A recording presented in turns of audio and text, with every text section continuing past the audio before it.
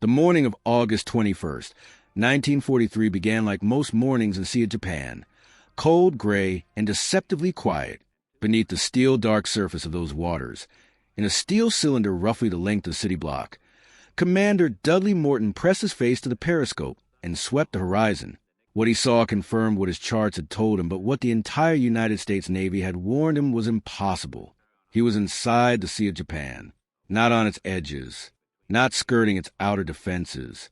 He was deep inside the body of water that Japan had, for 2 years of war, treated as a private lake, an inland sea where its merchant convoys moved freely, where supply lines ran unmolested between the home islands and the empire's far-flung garrisons, where no American submarine had ever successfully operated and returned to tell about it. For the men of USS Wahoo, this was not a reckless adventure. It was a culmination of 8 months of tactical revolution, hard-won victories, and a command philosophy that had already shaken the foundations of submarine warfare doctrine. Morton had not stumbled into the Sea of Japan.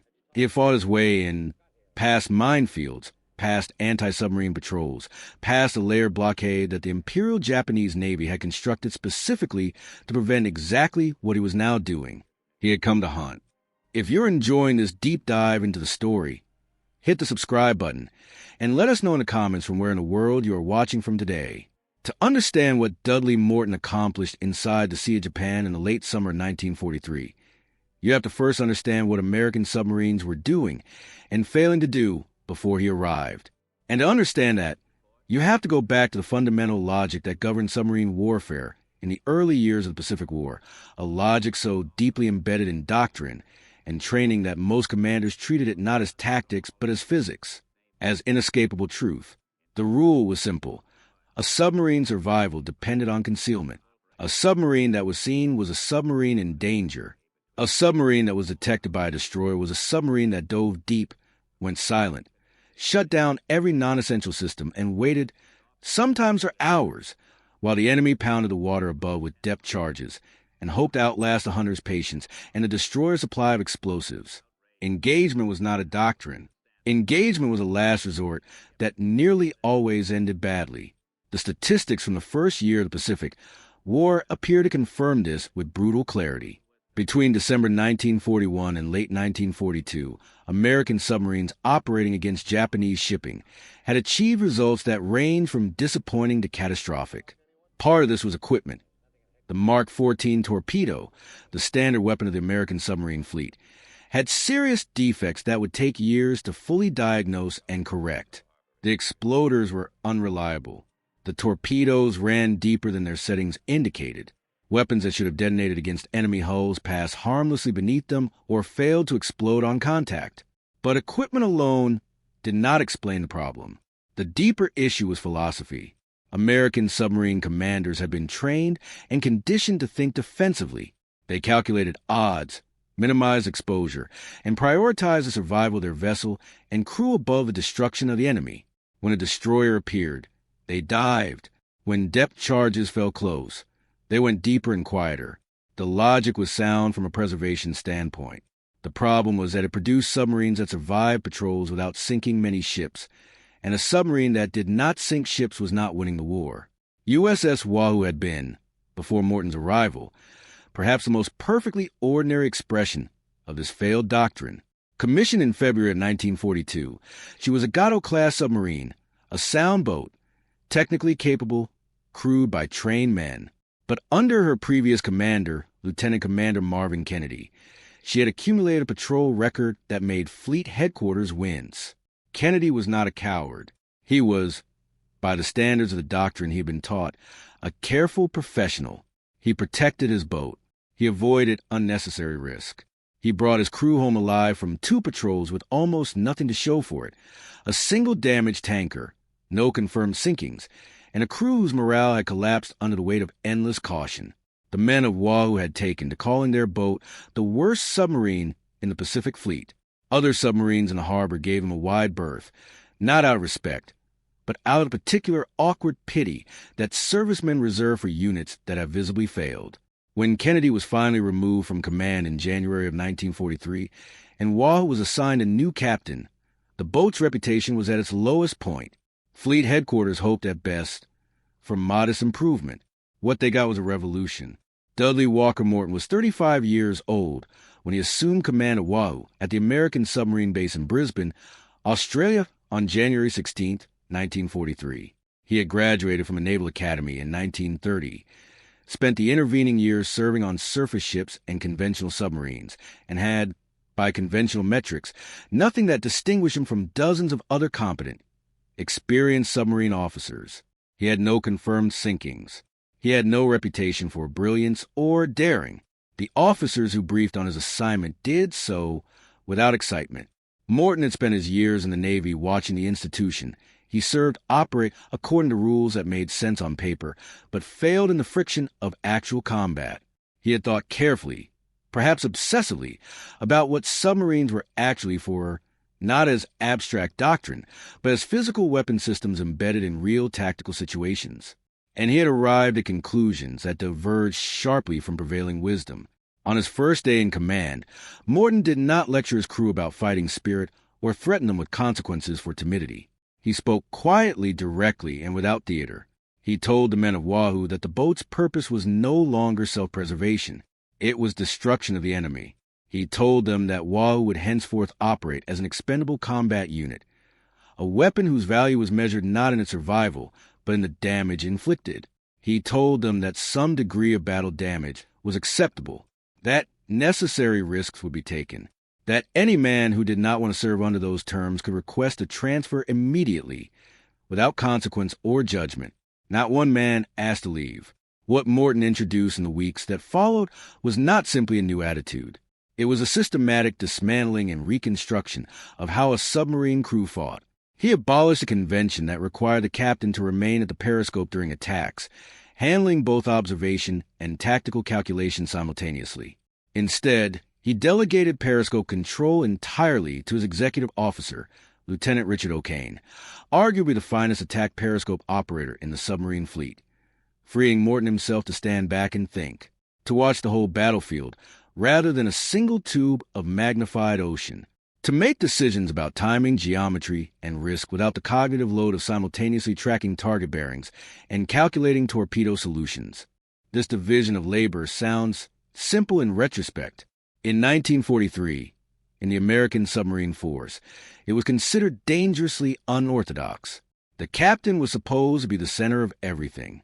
Delegating the periscope was, to many traditionalists, tantamount to delegating command itself.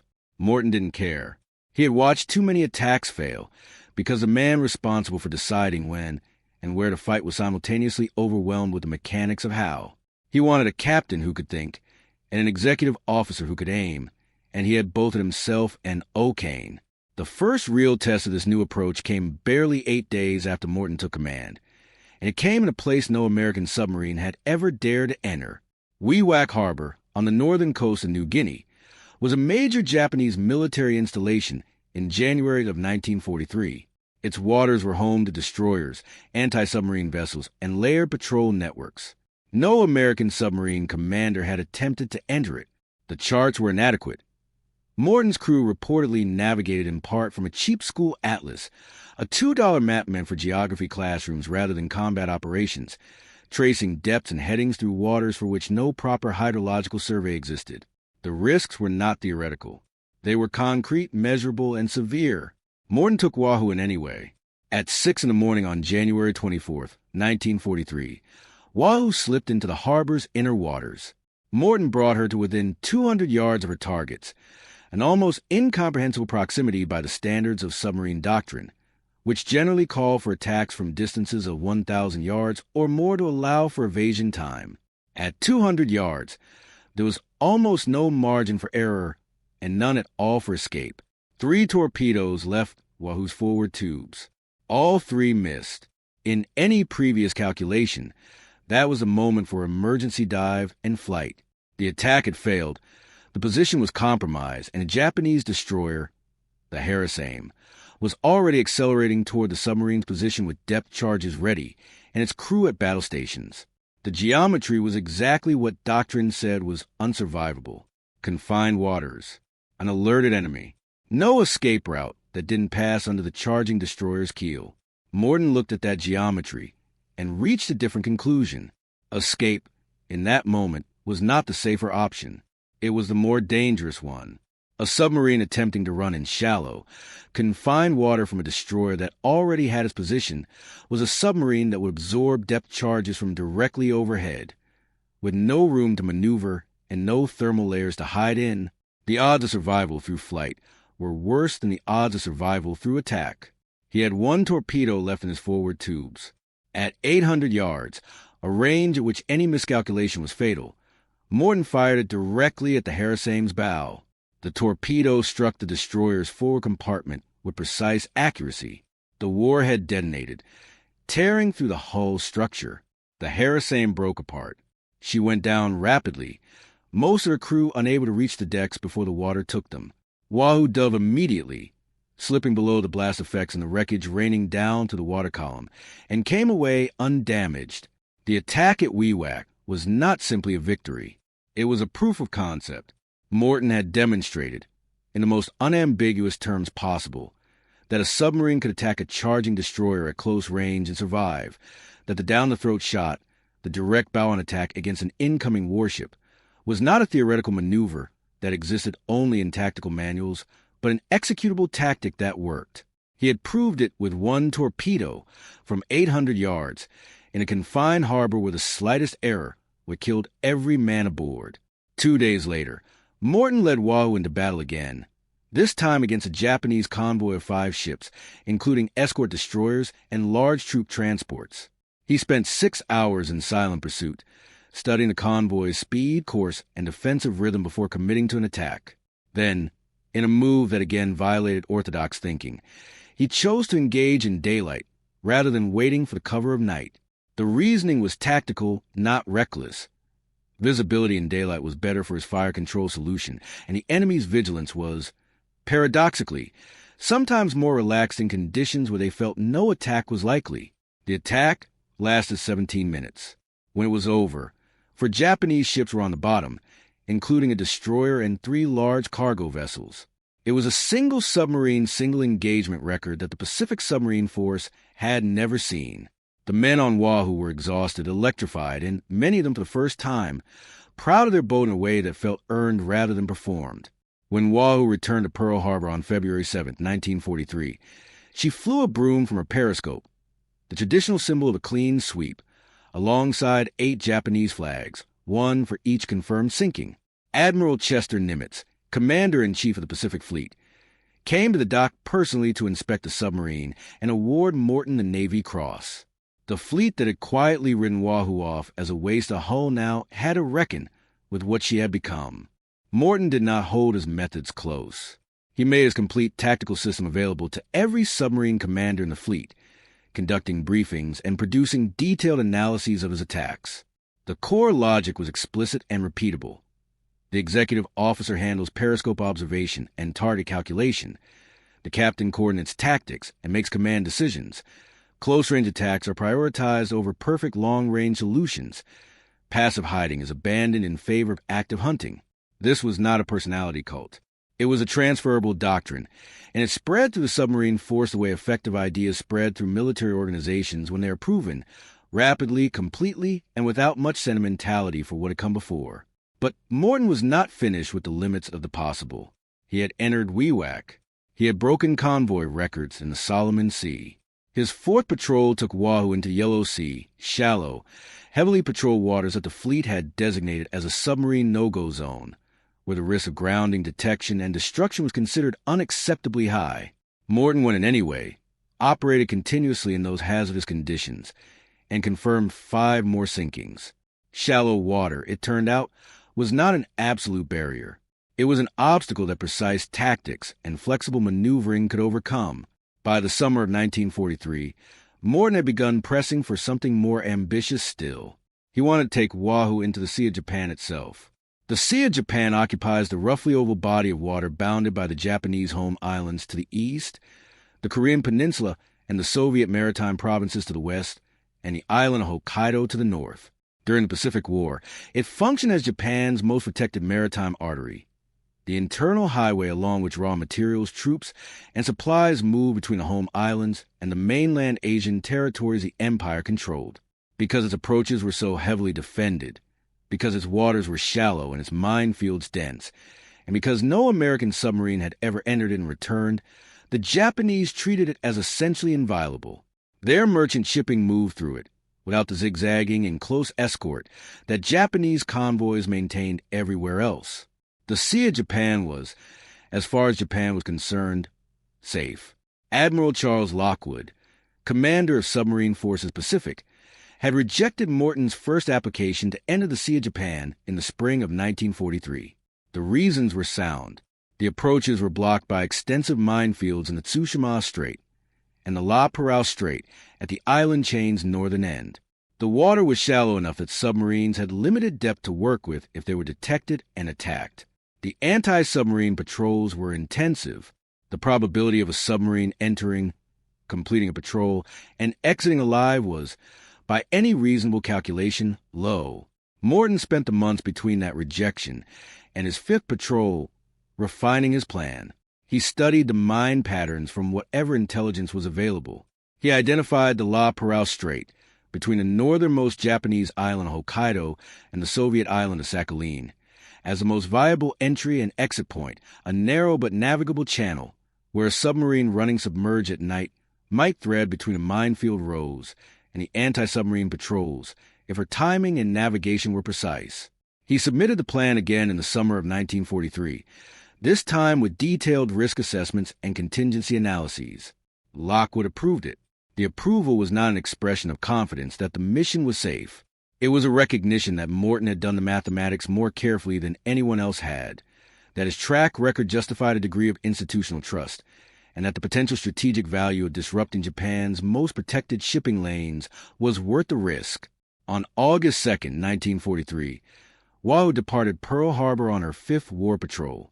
She carried a full load of Mark 14 torpedoes, weapons Morton had already documented extensively as mechanically unreliable, weapons he had submitted detailed failure reports about following previous patrols, reports that would eventually drive significant redesign and testing changes, but that had not yet produced a fully corrected torpedo. He would be going into the most dangerous waters of the Pacific with a weapon he knew he could not fully trust. He went anyway. The approach to the La Parao Strait in August of that year required nerve of a different kind than the close-range attacks at Wewak or the aggressive convoy engagements in the Solomon Sea. Those had demanded quick, tactical thinking in the heat of contact. The approach to the Sea of Japan demanded sustained, cold nerve precision over a period of days. Careful navigation through mined waters, exact timing to thread the anti-submarine patrol schedules, complete silence discipline during the hours when Japanese aircraft swept the strait. On August 21, 1943, Wahoo broke through into the Sea of Japan. What Morton found there confirmed everything he had suspected about the tactical opportunity. Japanese merchant shipping in the Sea of Japan moved with the casual confidence of vessels that believed they were immune. Convoys traveled without the tight defensive formations and zigzag patterns that Japanese shipping maintained in contested waters. Lookouts were less vigilant. The anti-submarine reaction network, while extensive along the perimeter, was thin inside the sea itself. Japan had invested its defensive assets in keeping enemies out, not in protecting against an enemy that had already gotten in. In 10 days of operations inside the Sea of Japan, Morton and his crew hunted with controlled ferocity.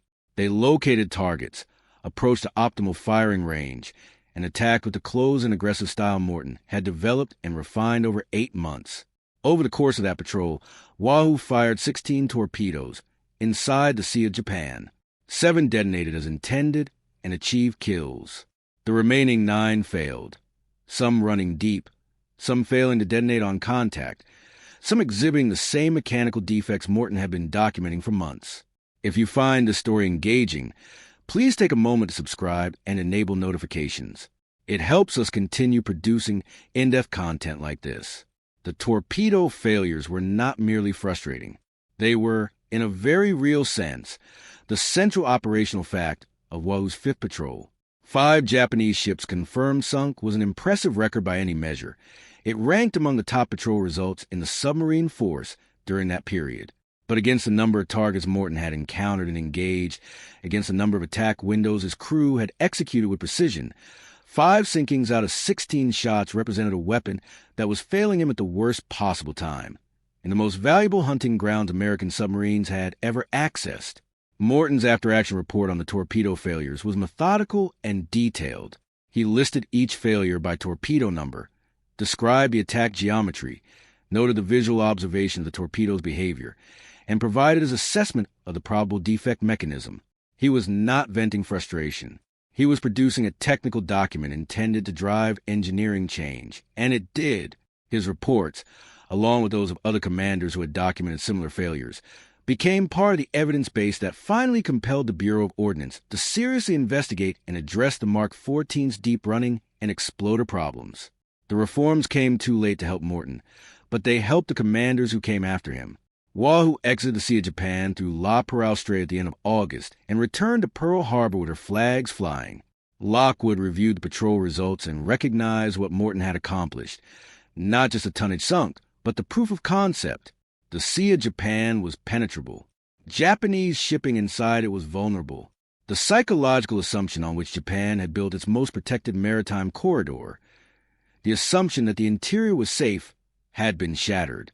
But the strategic opportunity that Wahoo's 5th Patrol had opened came with a cost that Morton understood clearly. He had been inside the Sea of Japan.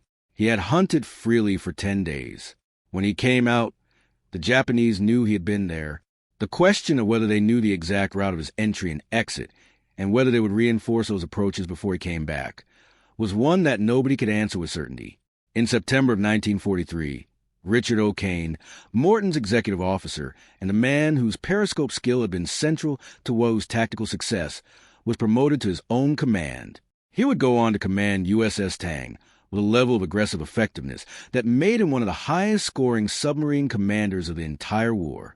His departure left Wahoo with a new executive officer, Lieutenant Richard Henderson, a capable officer who had not yet built the instinctive tactical rapport with Morton that O'Kane had developed over months of shared combat experience.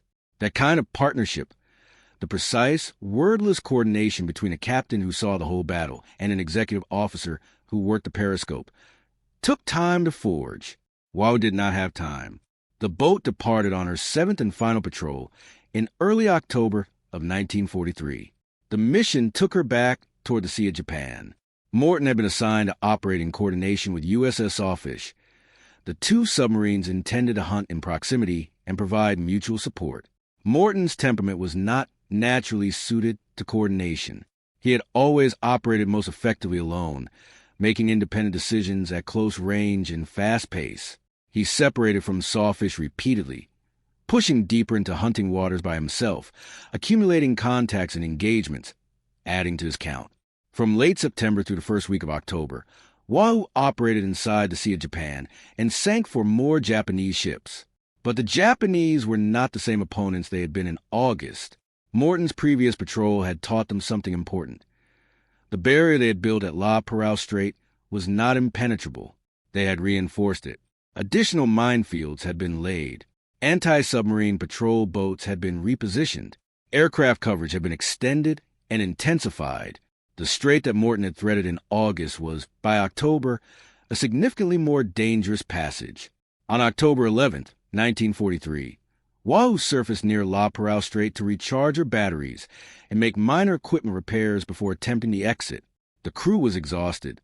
Most of the torpedoes were expended. The boat had been at sea for weeks in high-stress conditions, and the equipment was showing wear. The surface time was operationally necessary. Without battery recharge, the submarine could not make the submerged run through the strait.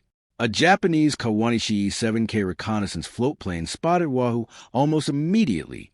The aircraft was conducting high-altitude surveillance of exactly the area Morton needed to cross. It transmitted position coordinates to anti-submarine forces before Wahoo could dive. 3 patrol boats raced to converge on the reported position. Anti-submarine aircraft scrambled from nearby bases. The three-dimensional blockade that Japan had built for exactly this eventuality, a submarine attempting to exit through La Perouse after patrol inside the Sea of Japan, closed around Wahoo with professional efficiency. Morton ordered an emergency dive. Wahoo went deep and stayed deep, running silent for 7 hours while the Japanese searched above. In the sealed compartments, the air grew stale and thick. The temperature climbed. Every system that could be shut down was shut down. The crew moved as little as possible, breathed as shallowly as they could manage, and listened to the pinging of Japanese sonar echoing through the hull and the distant thunder of patrol boat propellers. After 7 hours, the batteries had dropped to 20% capacity. The calculation was unambiguous and merciless.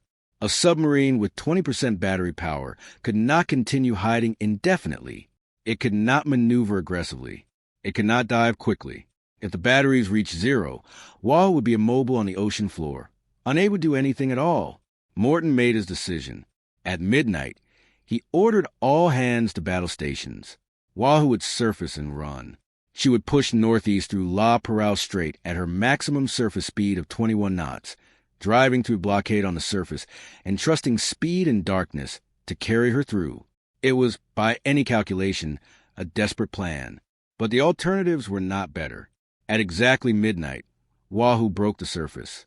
The hull erupted from the black water of the La Perouse Strait with diesel engines already at maximum revolutions, her bow cutting northeast at full speed. For 6 minutes, she ran in darkness and relative silence. The crew at battle stations, every man at his post, every system at maximum output. 6 minutes was, in those circumstances, a very long time. At 6 minutes past midnight, Japanese patrol boat radar locked onto the target. The patrol boats had been waiting. Their captains had anticipated exactly this. A submarine that had been forced to surface would have to run, and there were only so many directions it could go. The patrol boats opened fire with deck guns. At close range, in darkness, against a fast-moving target, accuracy was imperfect, but the shells were landing close enough that Wahoo's bridge crew had to flatten themselves against the deck plating. 7 minutes later, Japanese anti-submarine aircraft arrived over the battle area. They had been airborne since the patrol boats first spotted the submarine, vectoring in on the radar contact. They descended over Wahoo's position and dropped 3 depth charges in a triangular pattern designed to cover the submarine's possible evasion routes, blocking left, blocking right, one directly in her path. One of the charges scored a direct hit on Wahoo's forward deck.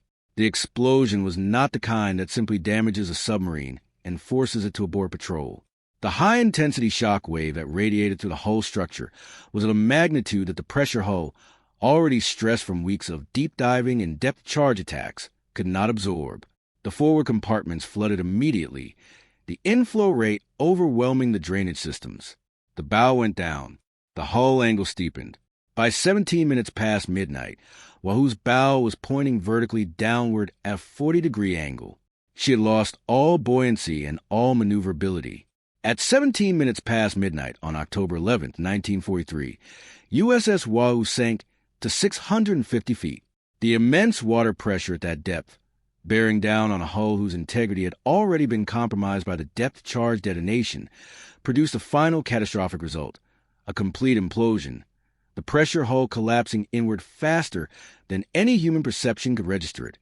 Every compartment crushed simultaneously. All 80 officers and men aboard Wahoo died. None of them survived. 300 yards away, on a different heading through the same strait, USS Sawfish. The boat Morton had been assigned to coordinate with and from which he had repeatedly separated during the patrol was not in a position to help. Her crew heard nothing.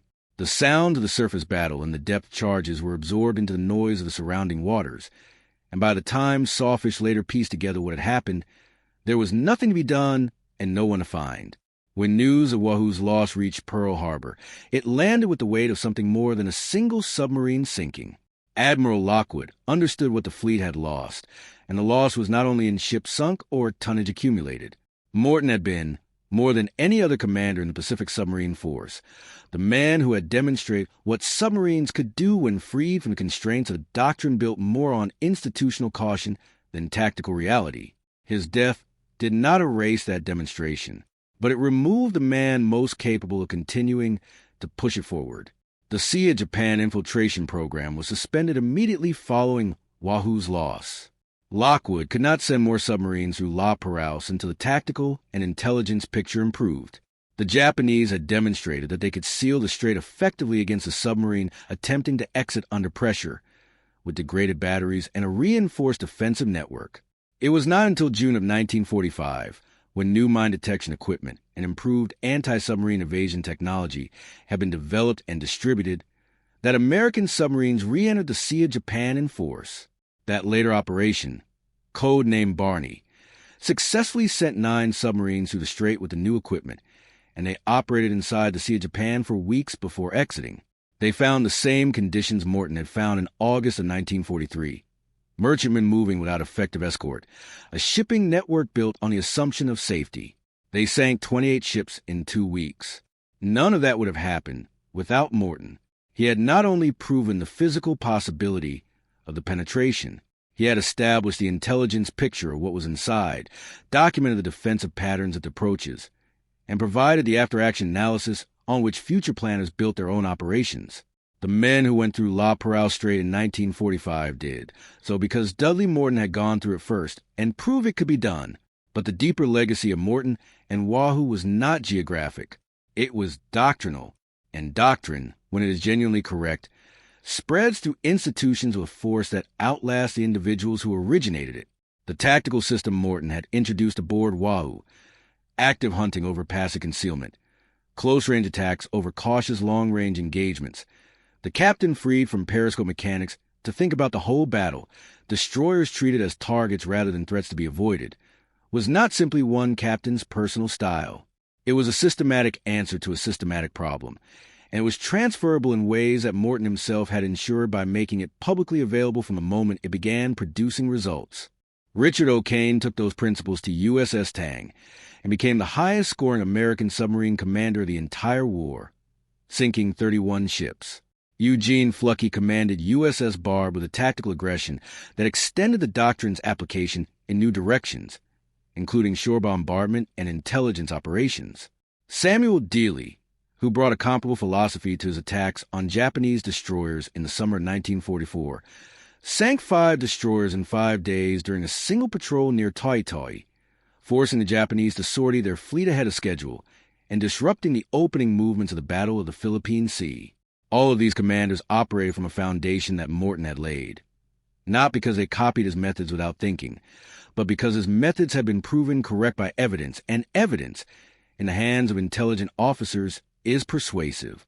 The transformation of the American submarine force between January of 1942 and the end of the war was one of the most complete institutional reversals in the history of naval warfare. In the first year of the Pacific War, American submarines sank approximately 200 Japanese ships. In the last year, they sank more than twice that.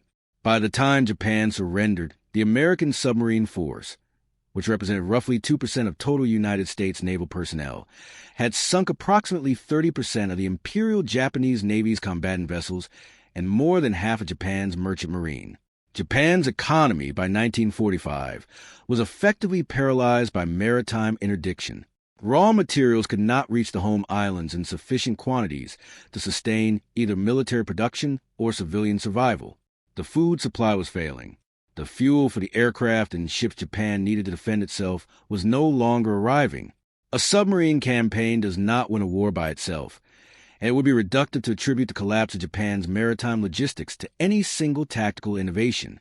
But the shift from passive concealment doctrine to active hunting doctrine, from the submarine as a vessel that hid from destroyers to a vessel that attacked them, from cautious long-range engagements to precise close-range strikes, from a crew protecting its boat to a crew focused on killing the enemy, was a genuine strategic multiplier. Morton had not invented the submarines that implemented this shift. He had not built the torpedoes, though he had documented their failures more thoroughly than almost anyone.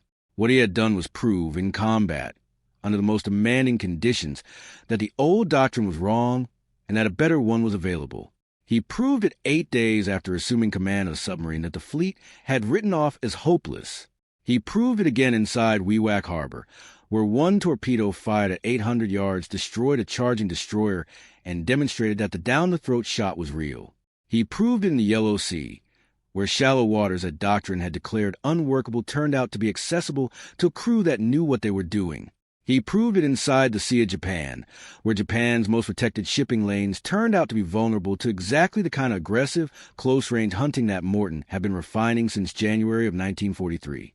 The controversy that followed Morton's career did not diminish that proof.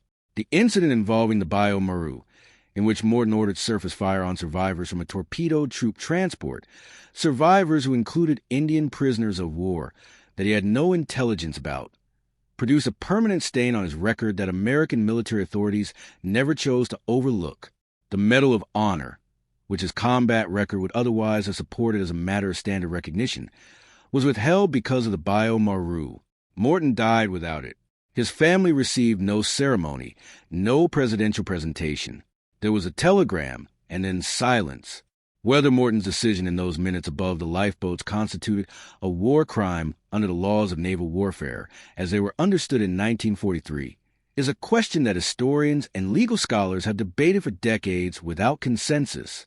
What is not debated is that he made the decision, that the prisoners died because of it, and that the United States military judged that this could not be overlooked regardless of what else he had accomplished. Those are facts, and they belong to Morton's story as much as the battle flags and the tonnage records. Admiral Lockwood, in his post-war assessment of Morton's career, described him as a natural naval leader and a fearless battlefield innovator who single-handedly changed the combat philosophy of Pacific submarine warfare. It was not an easy assessment for a man who also had to account for shadow that followed Morton's record. But Lockwood was precise in his language. He said Morton changed the combat philosophy, not merely the results. The distinction mattered. Results could be attributed to favorable conditions, to luck, to the particular vulnerabilities of the enemy at a particular time. A philosophy, once proven correct and adopted by an institution, persisted beyond the circumstances that produced it. After the war, the United States Navy conducted a comprehensive review of all submarine combat records, correcting inflated claims and excluding unverified sinkings with painstaking care. The final official record for Oahu under Morton's command was 19 Japanese ships sunk, with a combined tonnage of approximately 55,000 tons. This ranked Morton third among all American submarine commanders of the war by total tonnage, a remarkable standing that was all the more striking given that he had commanded Oahu for less than a year of active patrols. In 1954, the Navy commissioned USS Morton, a destroyer escort, in his honor.